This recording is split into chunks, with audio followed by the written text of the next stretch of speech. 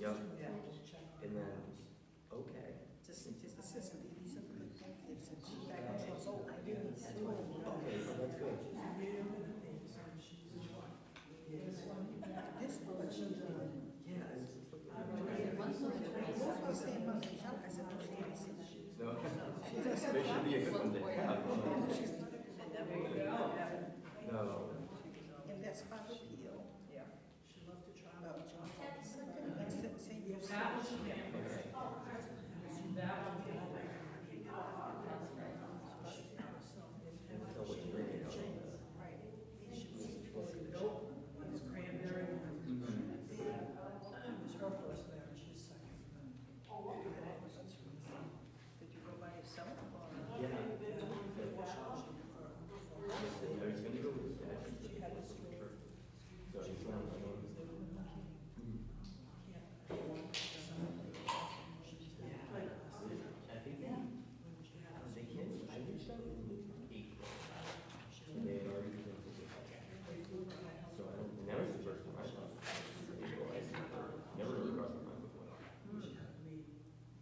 All the way in the back end.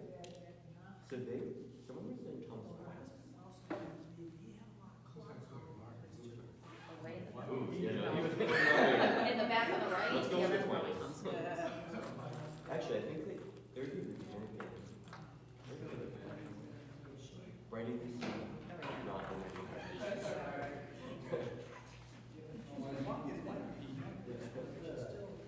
Did you see John in this one? Yeah. You did? Yep.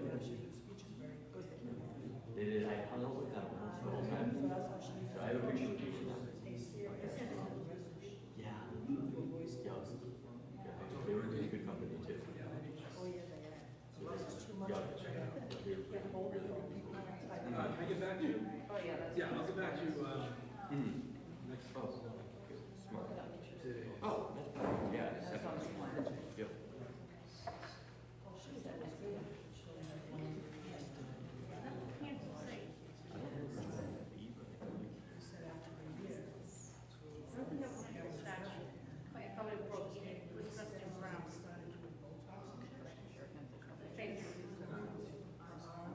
Actually, we're watching my grandson right now. And I'll see what I can do. I'll get back to you. Yeah. Let me put you in my trunk.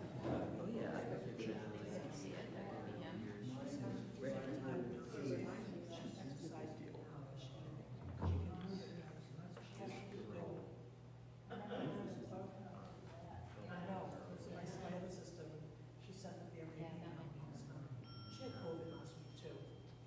I haven't seen her in over 2 weeks.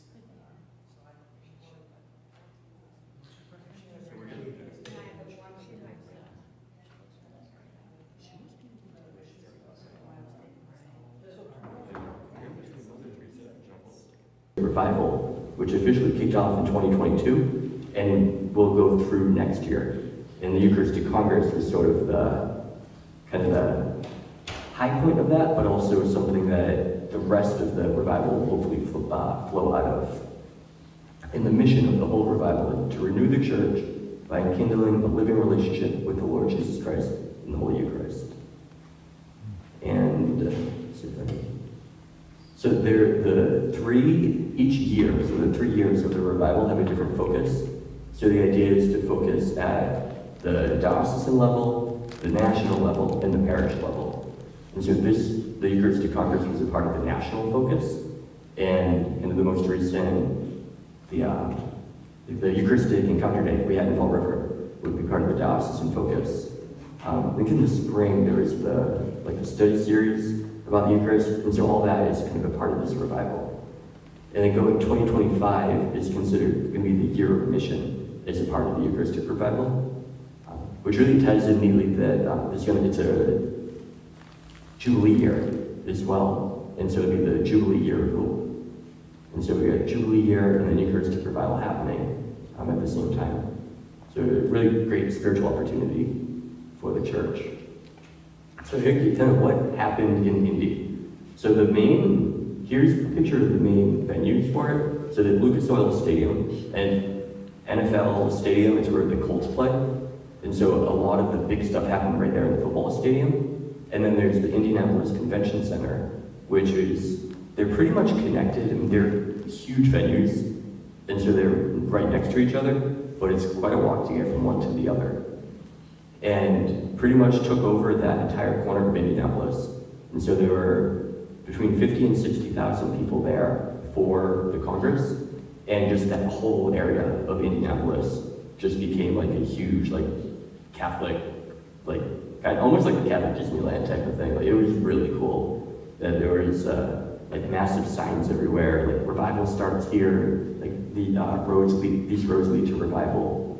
And one day I was stuck in traffic and the truck blocking the road had a huge image of Our Lady of Guadalupe on it. So it's kind of a cool way to get stuck in traffic. And then like heading into the final mass of that. So there were 5 days of the Congress. It started on Wednesday and then ended on Sunday.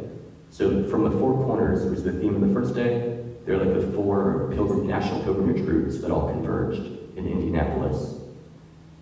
On the Thursday was the greatest love story. Day 3, the Friday into Gethsemane. That was the day that I was able to start going. It was on day 3. And this is my body on day 4 into the ends of the earth to end it all off. And it really had a great flow to it. They kind of a lot of exploring like the inner aspects of how the Eucharist affects us. How do we live a Eucharistic life?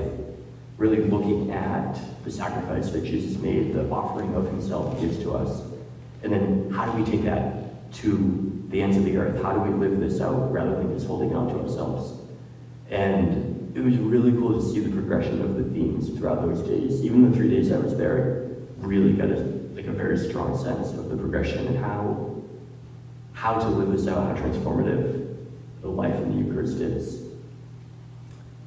So this is cool. You can see that that's the convention center. Just seeing that sign there and the massive crucifix they had designed to put out front. They called it the Eucharistic Village, and so they had like food, the beer garden, coffee, pastries. There's a whole church that became the Adoration Chapel, and it just all set up right there. So just a couple pictures from around the Congress. Here's the convention center, and that's St. John the Evangelist Church, which was the Adoration Chapel. This is in the convention center, and so there are all, I think they had really over 100 like vendors and groups that were in there, and it was just like an overwhelming amount of stuff going on, like in a good way. And then I met up with John and Denise Switber, who were parishioners at St. Jude for a long time. I didn't know they were going. I just saw on Facebook that John said they were going to be there. And like, hey, I'm going to be there too. Where are you guys? So I spent almost the whole weekend with them, which was really cool. That I kind of figured I'll go by myself and God will send whoever he wants in my path. And so it was really great spending the weekend with them.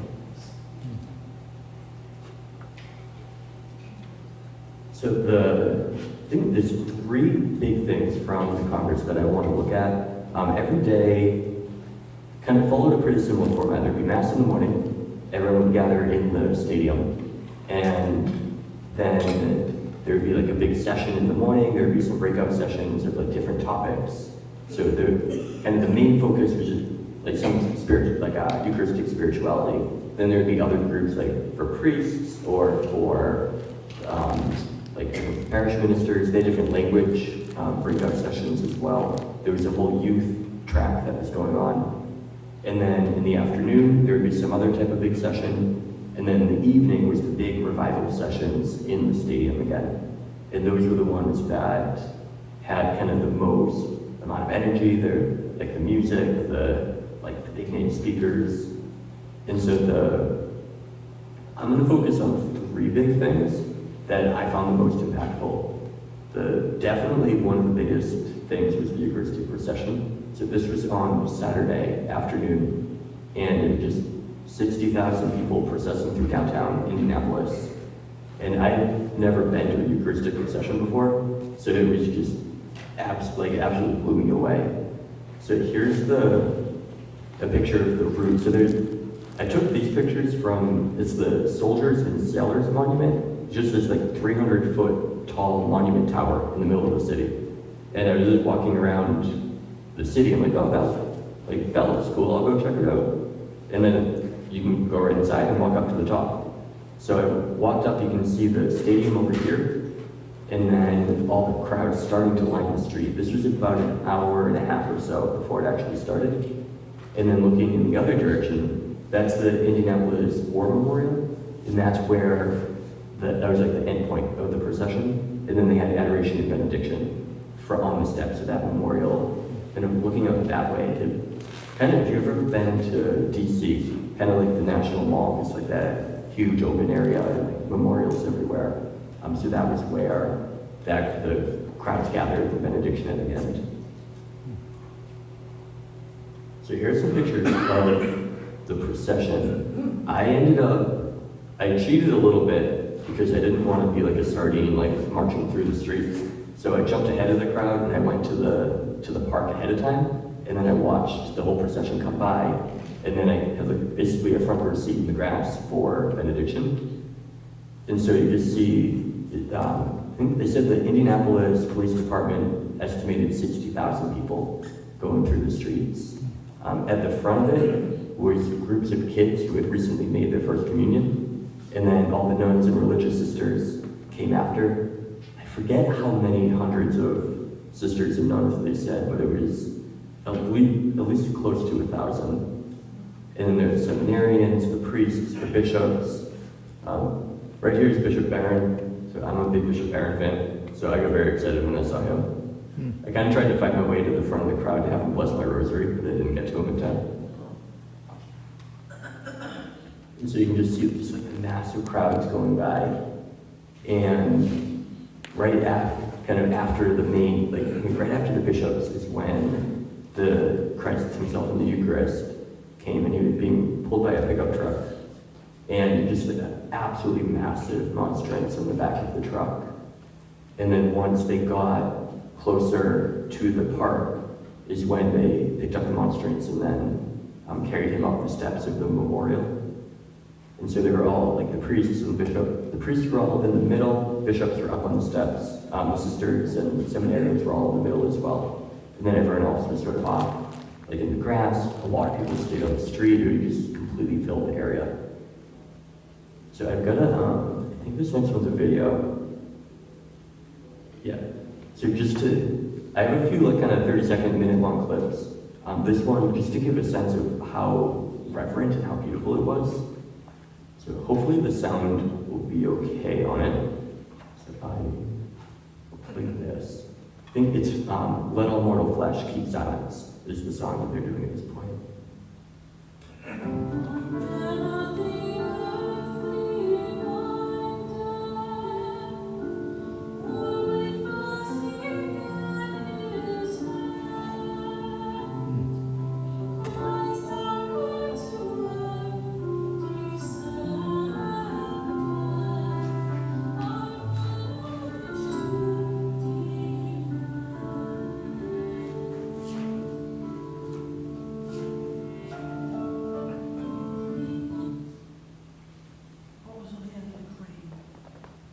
Speakers. Speakers. Yeah. It took me a while to figure that out too. Why are these massive yellow things in the wind? So the adoration, just with that many people out from the steps of the memorial, just one of the most impressive things I've ever seen. And it was so reverent too. Just everybody was just kneeling in the grass or just kind of standing reverently wherever they were. And it just was silent. So there'd be periods of silence, periods of music, and it was just so beautifully done. The benediction was really powerful. I think it was Bishop Andrew Cousins from Crookston, Minnesota. He's the kind of current chair of the part of the USCCB that put kind of like spearheading the Congress in the revival. He led the prayers and then the benediction. And so this is him here holding the monstrance over the crowd. And one of the lines from his prayer is, "Make us missionaries, Lord, to every corner of this land." And it just kind of perfectly captured just the beauty and the sense of like what we all desire, like all of us gathered here, like, right, we don't want to keep this here, we don't want this to stay with us. How do we like bring this out to everybody? How do we let other people see and experience this? And where? I don't know if I have the quote on here or not, but another thing he had said was that this is the biggest crowd that's gathered in decades for an event like this, but it's still not enough, that we're not going to rest until everyone has received an invitation to the supper of the Lamb. On one of your previous slides. Oh, how did I miss that? Okay, thank you. Totally forgot. Oh, was it with the picture of the truck? Okay, thanks for reminding me.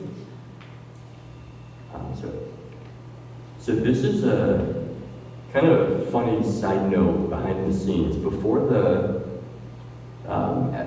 procession started, I was walking along. I was just going to like explore the area and find some coffee before the procession, and I got to the war memorial, and there was nobody on it. I'm like, oh, I wonder if I can go up there. So I just walked up, and there were a couple of clocks standing on the corner, like looking out over the street. And they didn't say anything, so I just kept going. And I saw there like chairs and cameramen and a bishop and an altar. And I asked some woman, is this where the benediction's gonna happen? She's like, oh yeah, like they're probably gonna kick me out in a couple of minutes here too, but you found the right place. And I looked around and she's like, hey, take a picture to prove that you made it up here. So I took a picture. I mean, you can see, so that's, you got the altar, looking out over, this is right before everyone got there. And then I realized I should probably leave, and so I went down the steps, but it was all barricaded off. And I found some woman with a walkie-talkie and like a lanyard and said, oh, are you lost? I'm like, yeah, I feel like I'm not supposed to be here. She's like, yeah, you're not, how'd you get here? I'm like, I just walked right up. And then she like helped me find my way out. So that night was another one of the high points of the Congress, which at that point, it was already just like a sense of like spiritual fullness and joy of like, wow, just like everything with the procession and the benediction, like how can there be something even more tonight? And that night was incredible. It was the final revival session. So it was all in the Lucas Oil Stadium, and the way it was essentially the area they had opened up was pretty much full, and just the energy of it was incredible. It started off with a concert from Matt Maher, who's like a contemporary singer, but a really devout Catholic. And so he led kind of worship and a concert to kick it off. And I got a clip of him playing, and it's cool, one of the things with the music, that the music I thought was one of the most beautiful parts of the Congress, but there was such traditional and beautiful music, and then also really contemporary music that was still really beautifully done. And so just the reference of it all and how, like, Let All Mortal Flesh and then songs from Matt Maher really went side by side, but in such a seamless way. So here, so this is a clip from Matt Maher, and I kind of give a sense of the crowd as well.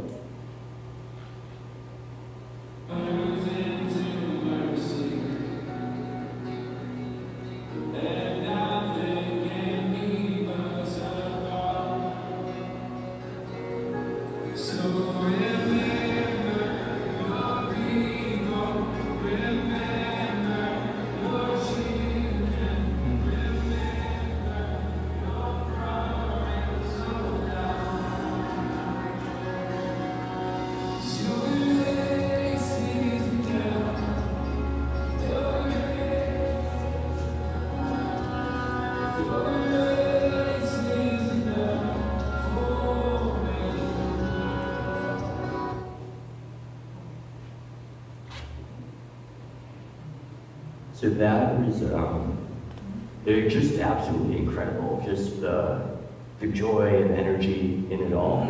And at one point I noticed as the night was going on, I kind of looked up to the highest part of the stadium. Then as the night went on, it got fuller and fuller. And so there's like a handful of people way up at the top, and by the end of the night it was completely full up there. And just like everybody just entered like he was fully entering into it, and he was really being there for the right reasons, which, I mean, adoration in the park, and then there's another moment of adoration I'll show here, that everybody was really there for the right reason.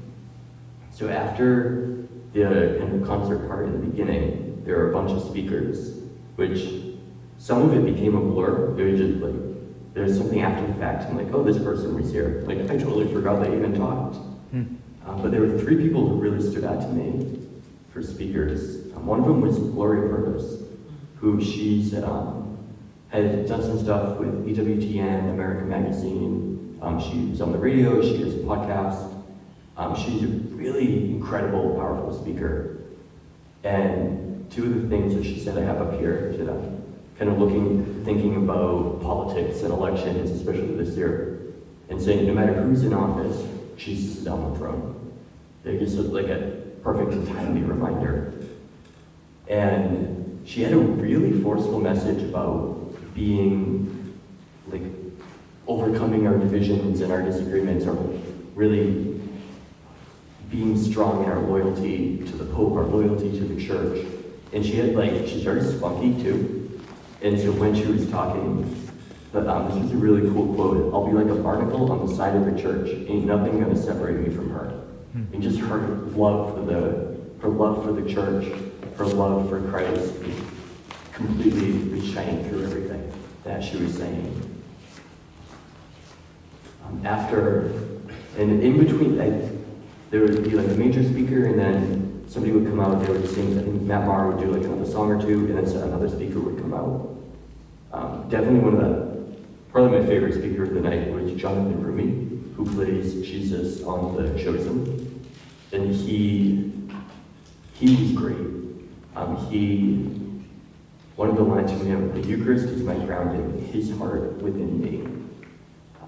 And coming from somebody who plays Jesus on a show, but is so humble and so sincere in his faith, was really incredible to hear from him.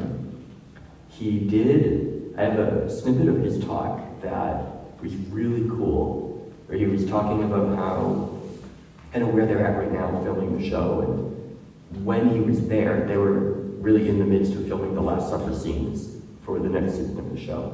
And I think for him, it was a really powerful time, like filming the Last Supper and now coming to speak at the Eucharistic Congress. And at one point during his talk, he was saying that there's a scene from the Gospels that he doesn't think will make it into the show, just based on kind of the filming and where they are, but that he really wanted to kind of have the experience of doing. And so he read from chapter 6 of John's Gospel with the Bread of Life discourse. And so I've got a 2-minute clip from that. And he did it, if you watch The Chosen, he does it in his Jesus voice. And so he talks like a normal American, but then he breaks into the Jesus voice while he's reading from the Gospel. And it was really powerful. I want to play a clip from that. I'm the bread of life. Your ancestors ate the manna in the desert, but they died. This is the bread that comes down from heaven, so that one may eat it and not die. I am the living bread that came down from heaven. Whoever eats this bread will live forever. And the bread that I will give is my flesh for the life of the world. The Jews quarreled among themselves, saying, "How can this man give us his flesh to eat?" Jesus said to them, "Amen. Amen, I say to you, unless you eat the flesh of the Son of Man and drink his blood, you do not have life within you. Whoever eats my flesh and drinks my blood has eternal life, and I will raise him on the last day. For my flesh is true food, and my blood is true drink. Whoever eats my flesh and drinks my blood remains in me, and I in him.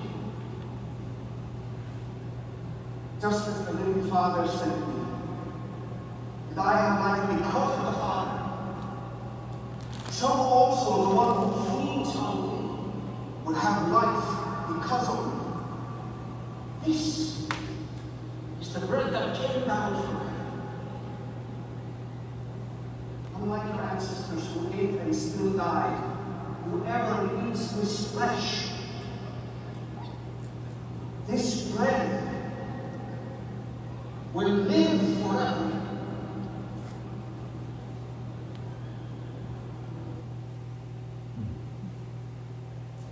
So that would, Place Jesus on the chosen. yeah. Have you seen The Chosen? Yeah. So especially after seeing him in The Chosen and then hearing his gospel like that, it gives new life to it all. Especially in the context of that, obviously I don't love that gospel reading from the gospel anyways, but hearing it in that context and in that voice was really incredible. So the last speaker that night was Bishop Barron. And by the time he came, the night had started, I think at 7 o'clock.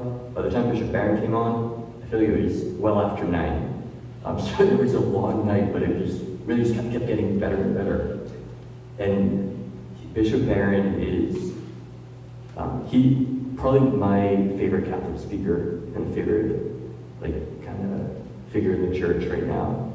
And he was incredible that night. He had said the energy in this room could change this country.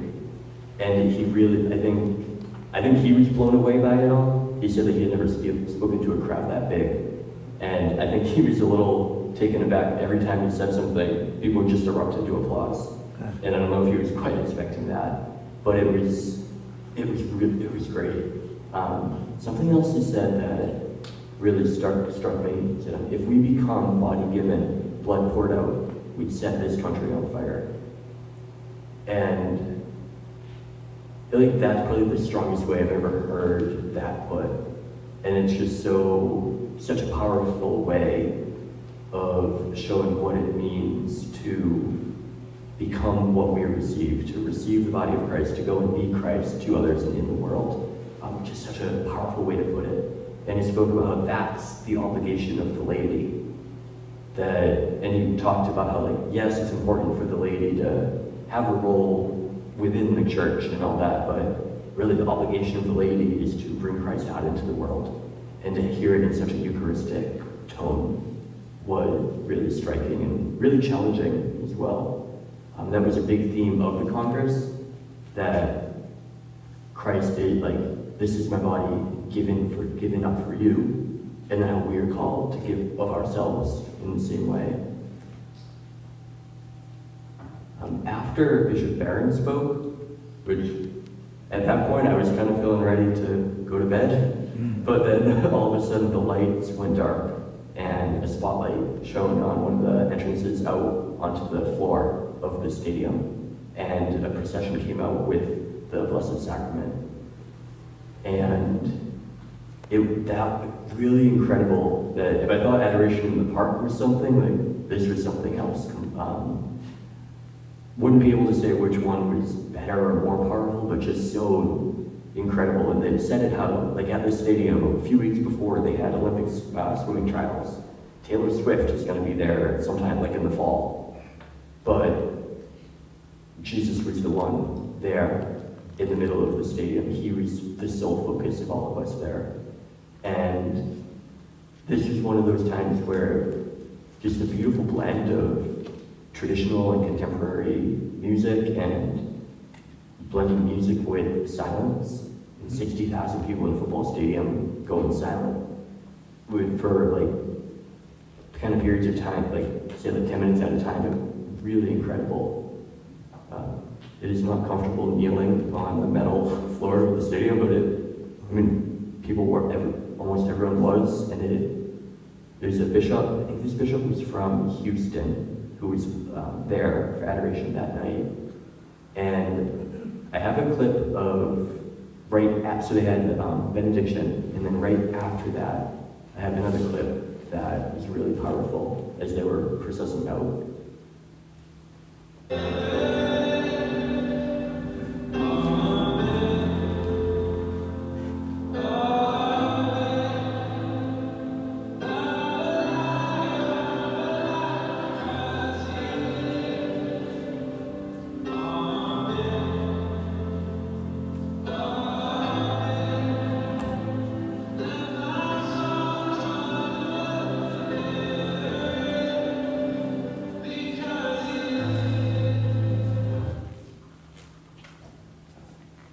So that was really one of the more powerful moments when I look back on it, and just the combination of the music and just the sense of worship and the reverence of everybody there, the fact that our focus is on Jesus there, and that really just made all the difference. And there's somebody, I had read an article by somebody who was at the Congress a couple weeks ago. I read it, and she said that it's not like people weren't there to hear a speaker, or they weren't there to hear a musician. They were there for Christ.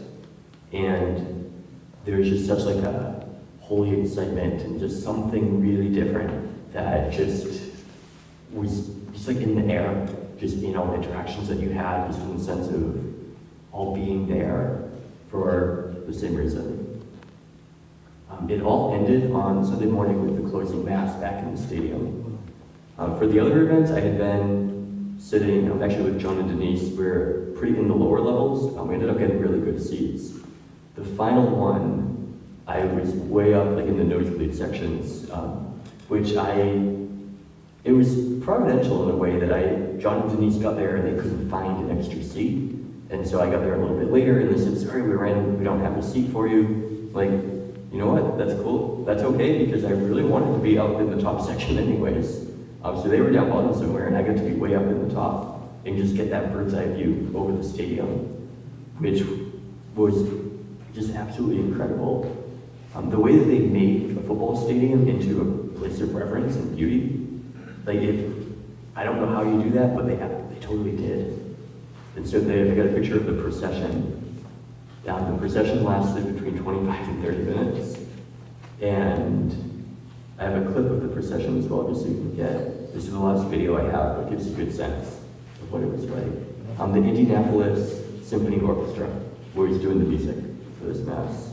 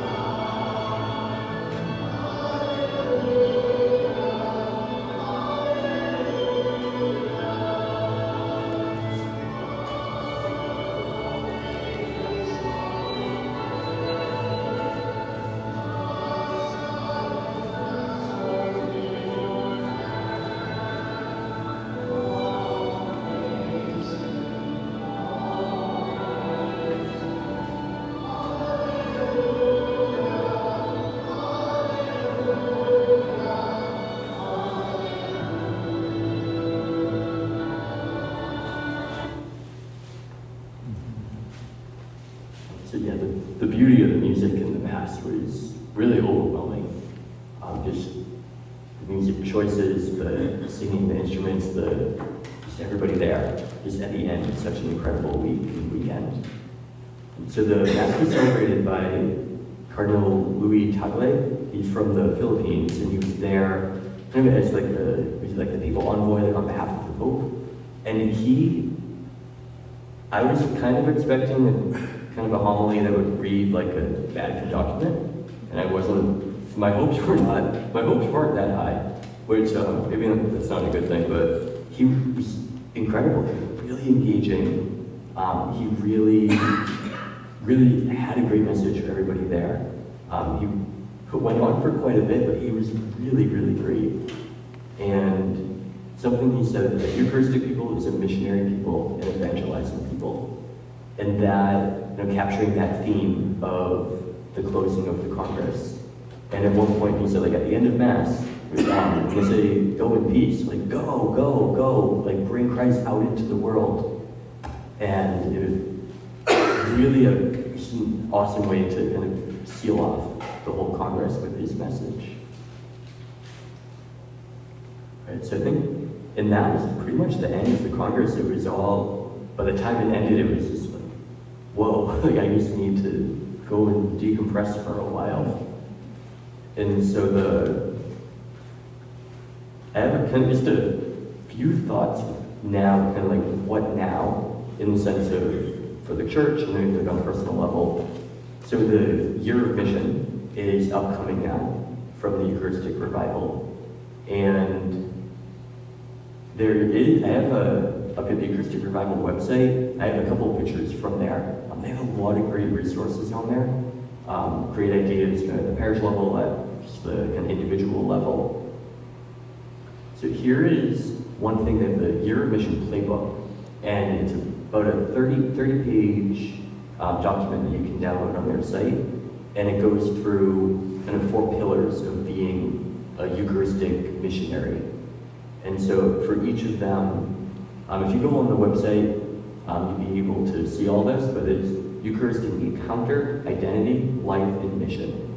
And for each of them, they offer a few pages of thought, so kind of reflecting on it on a personal, spiritual level, how to live it out with others. There's patron saints for each of the kind of pillars. And so one thing maybe that I'm kind of thinking about that I kind of myself am continuing to reflect on is like where's my heart drawn, or like where's your heart drawn as you think about this year of mission and this like continuing on with the Eucharistic revival? How do we bring this out into the church, into the country, into our parishes, into our families? A big part of their revival as well is the Walk with One initiative, where they're encouraging people to identify one person in their life who they would like, who maybe has fallen away from the church, who maybe isn't Catholic, maybe used to be Catholic, lukewarm Catholic, and how do you like identify that person, pray about it, and intercede for them, pray for that person, how to bring them closer to Christ in the Eucharist, and to do it on a personal level, to connect with them, and to then invite them in whatever way, whatever capacity that might be, to come closer to Christ, whether bringing them to adoration, bringing them to Mass, and just walking with that person, journeying with them. It's something that I definitely been praying about, and I think it's worth thinking about who is someone in your life that maybe has fallen away from the Eucharist, but maybe that God might be calling you to lead them back and to walk with them. This is something as well on the website that they have a lot of ideas and resources on. So to close off, I just have a couple of questions that you think about or talk about. What do you think holds people back from the Eucharist? And what's something that can be done in our parishes to revive faith in the Eucharist? So, Joanne, I don't know if that's something if we want to give people a chance to stop and talk, if we want to go take any questions or whatever you think we should do.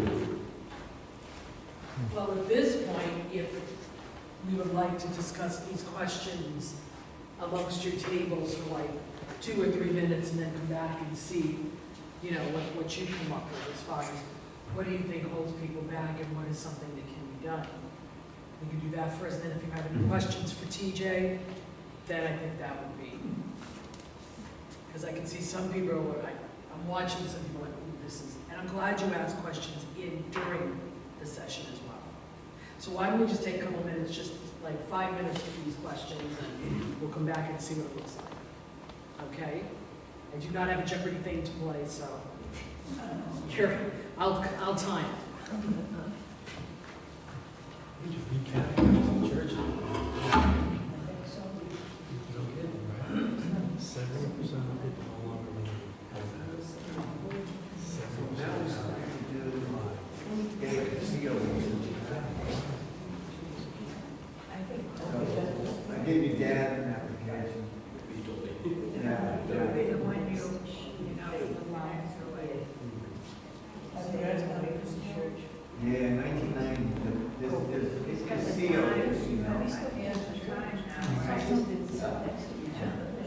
seal, they do, like, what we done.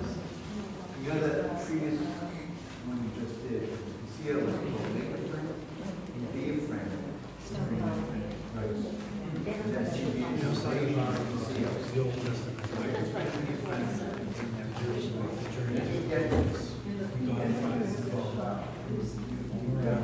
Take the Eucharist as they don't go to confession. I think that's maybe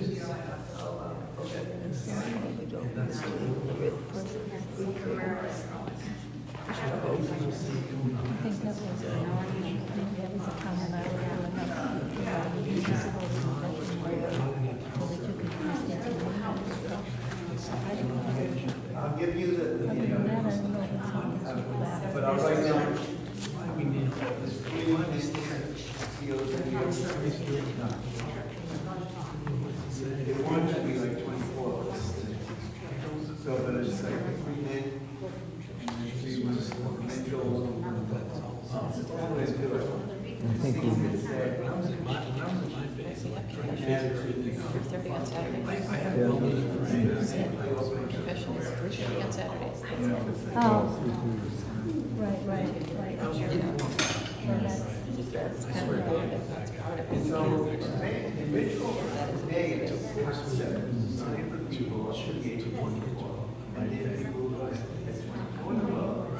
The opera is that Eucharistic session on the Paul Rivers. But no, that's not everyone who's going to. There's something missing in my life.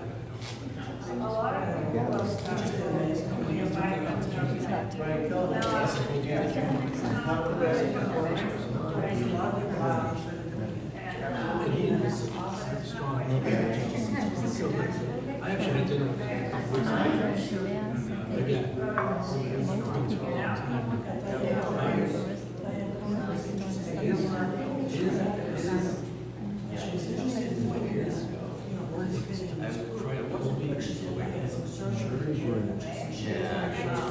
More secular people in general. Where's their time to spend?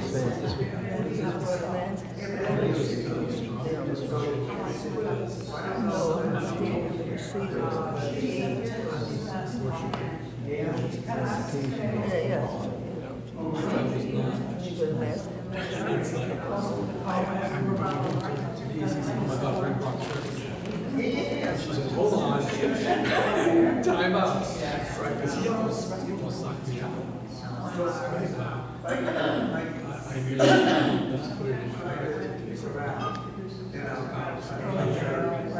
Look at my picture.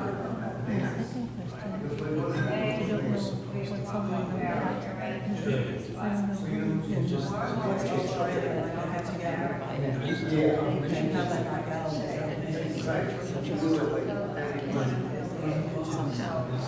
How do you let the community start digging into understanding and see what's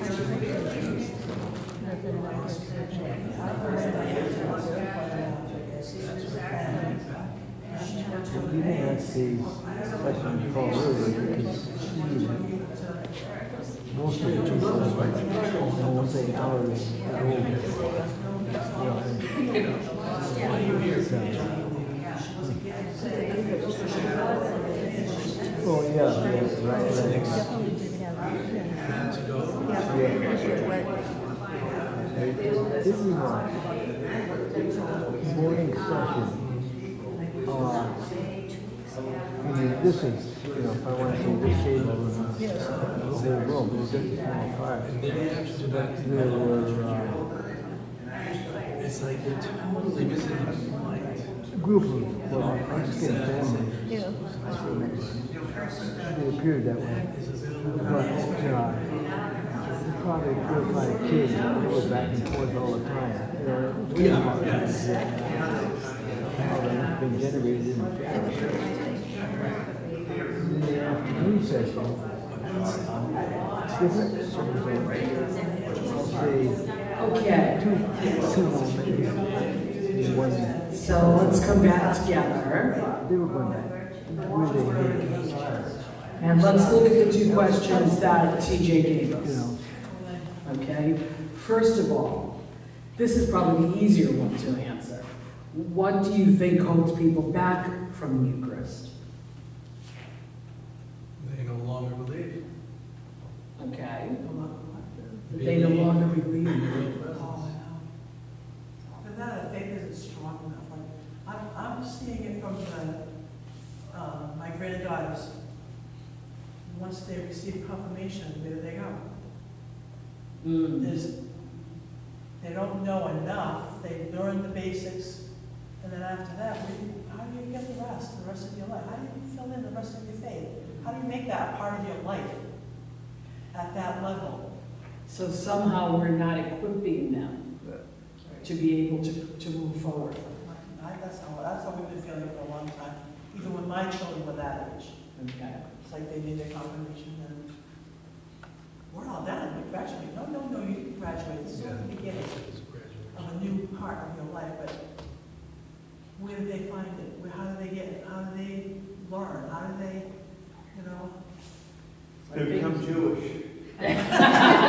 No, I'm serious. Okay, Shelley, let's see where this is going to go. I'm actually We'll serious. get into it, but So if, as a Jew, when I bar mitzvahed, okay, when I got bar mitzvahed, within a week, my rabbi calls me, within a week, and says, so my Hebrew name is Shimon, and he would say, Shimon, we need you to come for a minyan. You need X number of people, or you can't have a service, okay? But he would call, and he would call the next one, and he would call another one and say, next week I need you to come to be a reader, to read from the Torah. You know what I mean? So they open up the whole idea of reading, not to just a reader like we do, who shows up when he's supposed to, maybe not, but they open it up to the entire congregation of young people as they enter, because within a Jewish religion, once you hit 13, you are an adult member of the congregation. But we still treat these people here seriously as kids. If you want to come and treat them as adults and act like adults, come to church, be a reader. But you have to be invited to do that. They're not going to do it on their own. No, that's true. And I mentioned, we had a women's guild meeting yesterday, and you can have a whole lot of people, maybe even that go to church every Sunday, but they're not aware of what's going on in the church and even in their own parish, their local church. And I mentioned that how you, doing faith formation, trying to involve the parents because they have that attitude. I mean, not just your grandkids or kids that, oh, I received confirmation, I graduated, but all the parents of the kids in faith formation, they probably received confirmation and they think, okay, I'm done. But you run the faith formation program so that you involve the parents. Jane runs the faith formation. Jane Beth runs runs the it, faith and formation. you involve the parents, because you realize they're not fully funded. The Catholic Church has so much to offer, it's so deep and so wide, that when they get the parents to come here, that's a great thing, you know, that's one way to, Well, I'm going to narrow this down. a little one bit. way to revive the faith is get those parents in, and you know, Jane is doing that. I Yeah. want to narrow it down though, because I think we're broadening it to parishes. It's the Eucharist itself. What do you think holds people back from the Eucharist? not enough clear understanding. Okay. All right. I think if they really understood, I mean, the little classes that we had in the spring, some in the summer, really made a lot of sense. It opened my eyes. And how old am I? I'm not 16 anymore. But it's a lot more meaningful, and somehow we have to bring that out to everybody. They're afraid to go. I don't know. Either that or they're too busy. There's that word, They are. busy. Sports.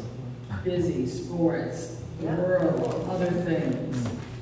Do they, I think what you were trying to make the point, TJ, this whole thing was to realize that the Eucharist isn't a what, it's a who. And that's the difference. It's a who. Jesus is in the Eucharist. That's why this was called Jesus in the Heartland. That's why it was Jesus in the Eucharist study that we have. That's why to try to equate Eucharist itself, because Eucharist takes on a couple different meanings, but the basic Eucharist is Jesus. Deacon Phil had a wonderful book. Remember that book you went through, like 7 things that people need to know about the Eucharist. It's just marvelous. And one of the things, I think the first Who's thing that by, is Deacon? Vinnie Flynn. Flynn? Everybody should get a copy of that because of this Eucharist. The first thing it says is the Eucharist isn't a what, it's a who. And the second thing it said, it's not just Jesus. The Eucharist is God the Father, God the Son, and God the Holy Ghost. And I don't remember the other part. We talked about spiritual communion. When you're not able to receive communion, you can make a spiritual communion. And they do that on EWTN. You know, there's a voice that says, if you're not able to receive communion sacramentally at this time, we offer you the following prayer. And in prayer, they mention, Jesus, I love you. I can't receive you today. Please come into my heart spiritually. We used to do that during the pandemic. During COVID, we did You can do that that. as many times as you want during the day. And I've thought about getting a slide to put in our own live stream. Yeah. Because there's a way to do that where you can just put that slide in at communion time and then take it out. Because I think we still need the folks who do avail themselves of our live streams. A lot of them are not well. I mean, when I had COVID recently, I was watching, you know, because I wanted to continue to be connected here. So we need to, I'd love to, what's the first name of that author? Vinnie Flynn. Vinnie Flynn. Okay. Sounds like a gangster, but. It's like a pamphlet, you know. So I know. Okay, that's Really interesting. nice. He has a lot of kids. Go ahead. He has a lot of kids. They see the Chapel Vipers, they share Oh. the DVD together, the whole family, him and all his kids. All right, now what can we do? And I don't think what is something that can be done. I think we do a lot here as it is. But is there more we can do? 'Cause, I mean, we have adoration, and a lot of places still don't. We have adoration, but there aren't many people who avail themselves of it. And what's their median age? Oh, Yeah, the timing. because it's during the day, it's the end of that Yeah, night. it's not good, it's during the day. But Right. in the evening, you want to be in the church by yourself. And, not in time to Fall River. Although Beth said she would. I do it, yeah. I would. You're a night owl anyway. I'm a night person. Right. But yeah, I know places that have tried to do perpetual Ritual. adoration, but and it has to go into a really smaller space, Yeah. especially at night. Oh, yeah. You know, but those are, you know, but what else can we do? I think, you know, I'm considering running Jesus in the Eucharist again. I'm considering running it again for Lent. Thinking that maybe that's the right time to put it out there and see if they're, cast the net and see if, Felt like a little retreat session. sort of, yeah. And if, Jeff? I think that might be too much of a commitment for people, I strongly suggest showing Brent Petrie, Jesus and the Jewish roots of the Eucharist. Okay, just like was it a 1 or 2 night or? It's a 1 hour To 1 hour. YouTube video available on YouTube. Okay. And he goes through, he has a handout, and I think I got access to that handout. You can actually print it out and give it to people Okay. to go through. Let me remind me of that again, because I'm looking for something for, especially for Lent. Because that's really powerful. Okay. Do we have any questions for TJ? I'm just amazed you had that opportunity to go. And I just happened to go to the one in Fall River. That was 1,200 people there. I was like, I couldn't even imagine what you faced in Indianapolis. No, we were just like that. But Yeah. You didn't go with a group, you went on your own. yeah. Wow. Yep. It was, You I did. kind of wanted to. Like I didn't want to deal with the. Just hold it. Okay. I didn't want to deal with like a big group, like on a bus and being tied down to other people or shaking legs. I don't know. I kind of like going on an adventure, like going on my own, which it was cool. I thought that TJ's presentation was outstanding. Right. Outstanding. So the question I have for you, seriously, is there a way to do this in the main church? So let's say Mass is over at 11, you know, where Like after ask people to stay and to do something like this to the audience, you know, to the congregation before they leave. To say, set up the screen and TJ's going to talk about Eucharist. Or Father can talk about Eucharist. Not a bad idea, but let me just be practical. I'm just gonna play devil's advocate. I'll be practical. At the end of the last Mass of the morning, and people are, you know, we're attuned to the Mass is ended. Once the Mass is ended, are you gonna get enough people to stay? I mean, if you put it out there and tell people, sometimes that will happen. I'm thinking that, and I'm going to throw, Beth is going to kill me.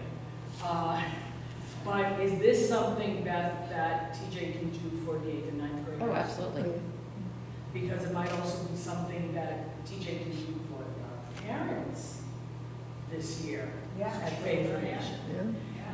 This works in a smaller venue, okay?